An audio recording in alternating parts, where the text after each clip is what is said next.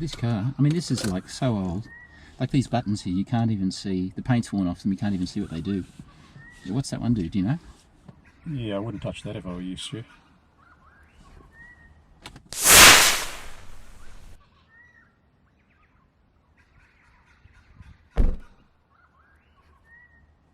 Ouch.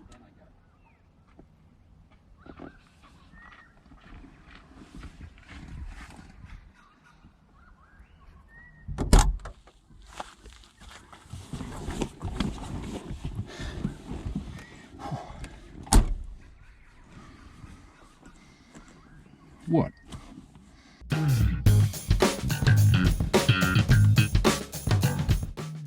So let's say you're looking for a fun investment classic sports car.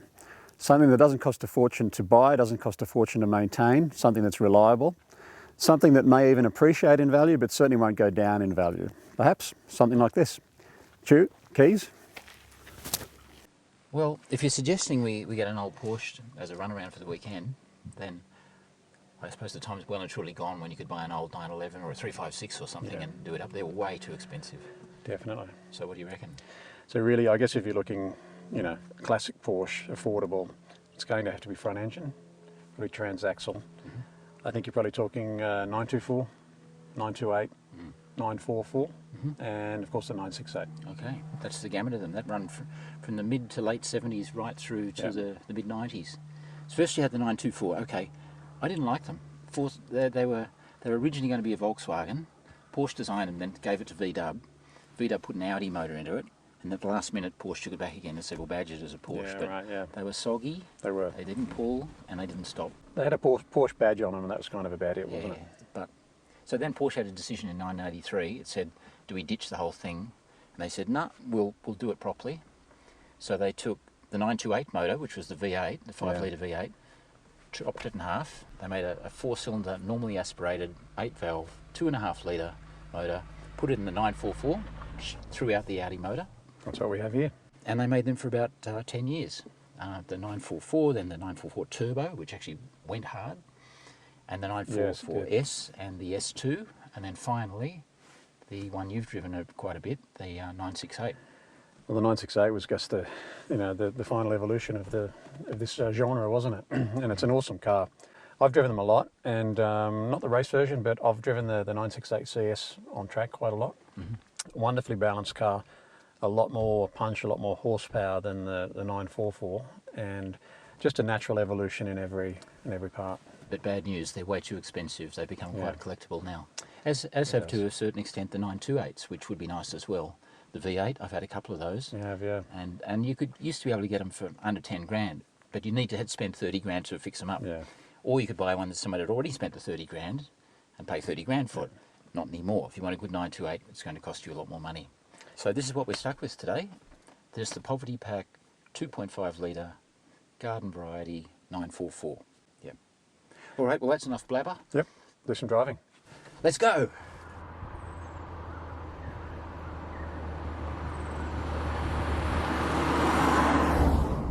Mark, this car is a dichotomy inside an enigma, inside a paradox, inside I don't know what. It's a whole lot of things. That's a whole lot of words. It is. Was that too highbrow for the audience? No, that's our audience. It is.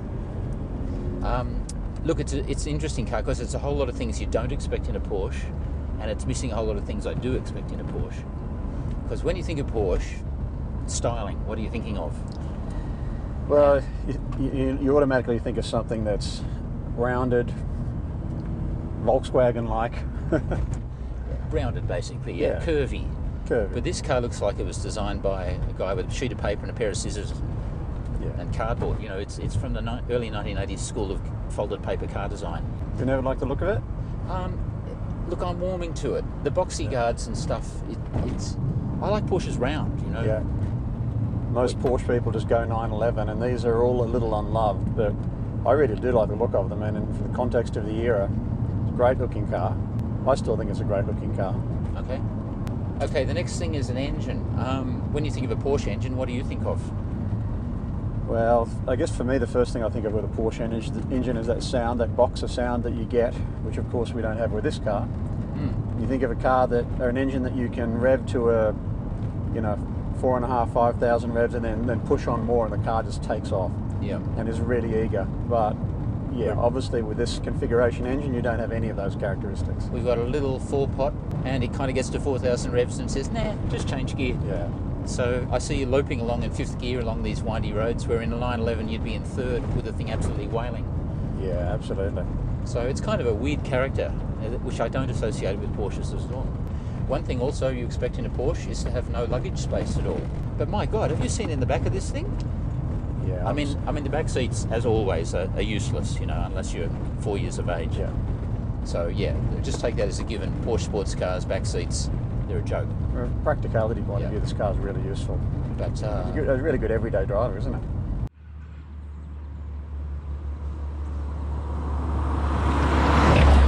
you actually like the steering. The steering on this 944 is way better than an equivalent 911, in my opinion. Just the ratio, the rack and pinion ratio is really, really good. I've gone right out on a limb. I've probably offended a whole bunch of people, but that's just my opinion. And yeah, I kind of really do like that. I think it feels really, really good. And I just like the fact that you don't have to turn the steering wheel much. Look at this, we're taking a Porsche on a dirt road, everybody. Ooh, I hope the owner doesn't get upset. Maybe I'll never find out. He'll deal with it. He'll never know.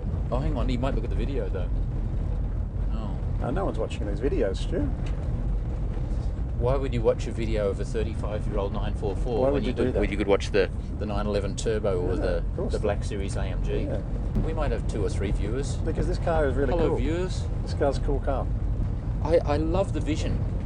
You know, you forget with old cars like this just how good the view was. You've got this low dash, these narrow pillars, the mirrors are in the right spot, and you actually can see a whole lot more that you can't in a modern car. Seating position, what do you reckon? It would be nice if it had a little more adjustment in the steering wheel, particularly reach adjustment. It's got it doesn't have height or No, it reach. hasn't got anything. I know you, it should be closer, shouldn't it? A little bit closer, yeah. Yeah. But the seats, wow. I have figured out the way manufacturers make their cars feel like they're more powerful is by fitting softer seats. Now these are the original Recaros. They've got nice firm bolsters to support us on the sides, but the cushion is super soft.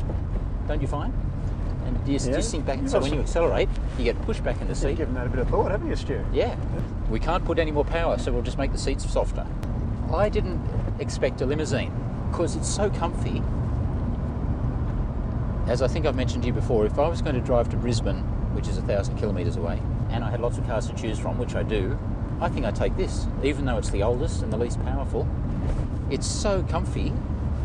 Okay, so the car's got stuff you wouldn't expect. It's got electric mirrors, electric seats, but there's a whole list of things that you would like to have that it doesn't have. So it doesn't have ABS, doesn't have airbags, there's no cruise control. Some of them had AC. This is an English imported car, so that's why it's got no AC. No traction control, no stability control, obviously. No, that's a little far off. We're a decade away from that stuff.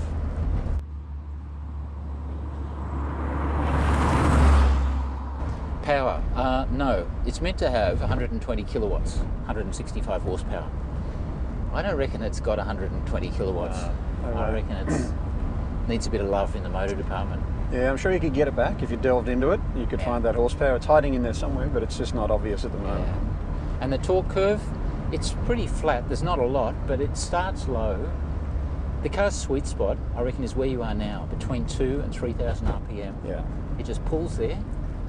Absolutely. So that's very un-Porsche-like. Porsche's not meant to do that. They're meant to get to 4,000 and go, whoa, off we go. There's none of that with this car, is there? But it does feel like a really good, solid, reliable engine. Are you sure it's not a diesel? Dynamically, I think the car's really good. I mean, it really handles very well. It sits very flat in the corner. Weight transfer, as we know, is really quite responsive. So in comparison to other cars of the era, I think it's really right up there. And you know, I know as much as we love 911s, and they are the hero car of the whole marque. At the end of the day, a 1986 911, yeah, they're kind of really cool. They look cool. I'll be honest, they really don't drive as well as one of these, in my opinion. Because this one's getting a little bit rattly. This one needs a little bit of love now, but it's a project car. Yeah, look, I think it was just a more modern suspension design than the 911s of the era. There's another thing I like about this car. You may not have noticed. You can't do it because you've got a camera on the window, but if I put the window down, There's absolutely no buffeting at all. It just slips by. Yeah. Can you put your hand out? I think it's a really good thing. Did they design that, do you reckon, or did it just happen by accident? I think it's maybe got a bit lucky there. Wow, how pretty is this place? What country is this again? We're in Australia today. Look, we have Silver Camry in front. Very fast car. How fast are you travelling? 80k an hour. I want to see how fast the car goes 0 to 100, or 0 to the speed limit. And I only want you to use 3,000 revs. Full throttle. Here we go. 3,000, let's go. 3,000. Here we go. And change. And full throttle. Yep. And change. And because that's how you take off from the lights normally. And it's actually pulling better in fourth gear than it did in first. Yeah. Go figure. That was not what you'd call brisk, but it wasn't slow either. It wasn't brisk, but it was good. I mean, if we found those missing horsepower that are hiding in there somewhere, I think we'll be all right. Can we turn on the air conditioning? Oh, it doesn't have any. It's got a fan though. Oh, people staring at us. Why are they staring at us, Mark? We're driving a Porsche, red Porsche, that's right. Look at those two old idiots. Look at those nice ones.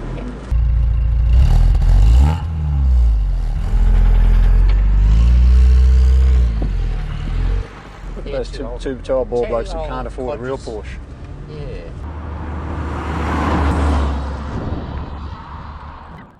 Okay, specs. This is the ideal 944 because it's not the early ones with a horrible Volkswagen dash. It's got a proper Porsche dash. Yeah. The motor's still pretty soft, 2.5 litre, normally aspirated, 165 horsepower, 120 kilowatts. On a good day, today's clearly not a good day, I reckon it's down around 100 kilowatts. Maybe just 100. But the dynamics are great. 51-49 weight distribution, really beautifully balanced. Gearbox down the back, 5-speed manual. And look, the sunroof, you can lift it out, you can even close it. Look at that, how good's that? And that still works. That's very German. It's just stopped, but anyway. Just you on get cue. that. What hasn't it got? A lot of mod cons you expect these days. There's no trip computer, no stability control, no ABS, no airbags. You don't buy this car or drive it for the specs, do you? No. You drive it because it's fun. And it is fun. I'm glad you like it. I didn't think you'd like it as much as you seem to. Yeah, I do like it. I really do like the feel of the car. Some of the positives, at least with a 911 of this era, your feet are in the middle of the car. Oh yeah. The steering wheel's on a bit of an angle. They're kind of weird to drive. This thing is much more conventional in its layout. But it just does feel really strong, doesn't it, for a car that's this old, this Yeah. vintage. It's a really strong car. The doors give you a really nice Porsche thunk when you shut them. Yep. And you can tell it's a really quality motor vehicle. So old cars like this, you have to be really careful with things like fuel rails. The fuel fittings can perish, they can leak fuel. On this car there's a fuel rail right above the exhaust manifold. A lot of these cars have gone up in flames. So you just have to watch out. Anything made of rubber, paper or fluid, you need to get on top of it and fix it. Yeah. To a certain extent the electrics as well start getting tired. The switchgear and hard plastic bits all disintegrate. These catches like this window catch just kind of thing.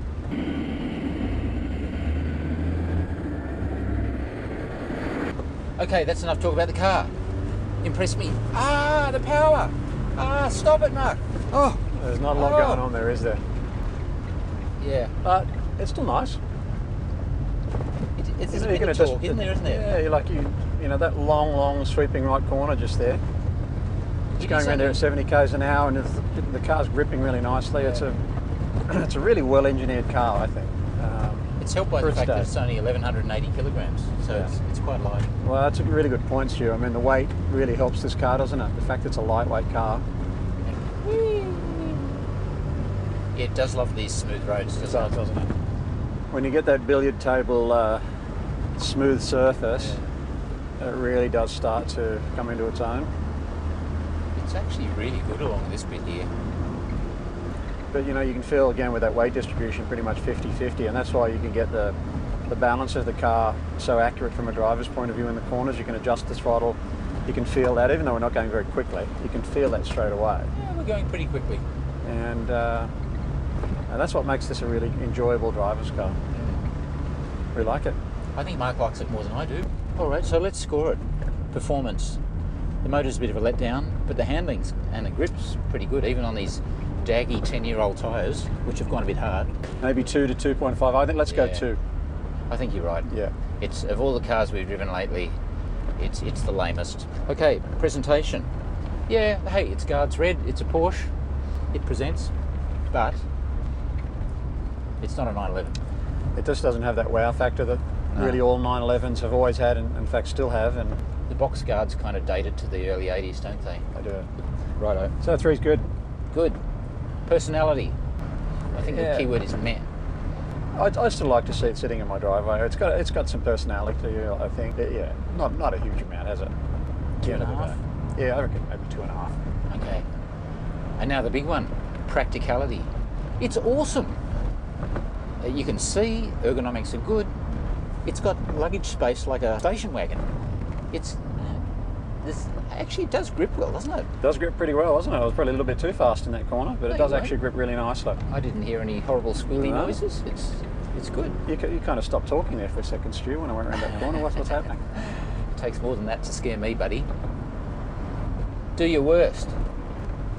We were talking about practicality, and I reckon it's a 4 out of 5. It's small, it's nimble, you can park it, you don't have to worry about it. Good vision, good seating, heaps of space inside. Yeah, Best I'd we've go done. along with that. Okay. It is a very practical Porsche, isn't it? Cool. And that brings us to the last one, which is price. Yeah, if you've ever dreamed of owning a Porsche, this is the cheapest it can get, I think, and yeah, it's certainly great value. I think probably 3, yeah. Okay, so that's our score, everybody. Here it is on the side of the screen. That's our fair assessment of this 944. Definitely. So there you have it, the 1986 944 Porsche. Would I have it as an everyday driver car? Probably not around town. It's a little clunky in the gears, it's a little stodgy to drive at times. On the open road though, as we've done today, it's been a real joy to drive. I think it's a real driver's car. It's certainly very underrated and probably a bit underappreciated. Would I buy one for a weekend fun car? Absolutely. Just while we take a little break from filming, we just can't let you go without seeing just how beautiful it is here in the Blue Mountains just outside Sydney. Check out that view. Wow. Listen, can you hear what I hear? Absolutely nothing. The odd buzzing insect and a bird, not a breath of wind. And this here, in case you've never seen one, is a gum tree. Look at this. It's a gum leaf. Here, Skippy, Skippy. I can't do it. Skip, skip, skip.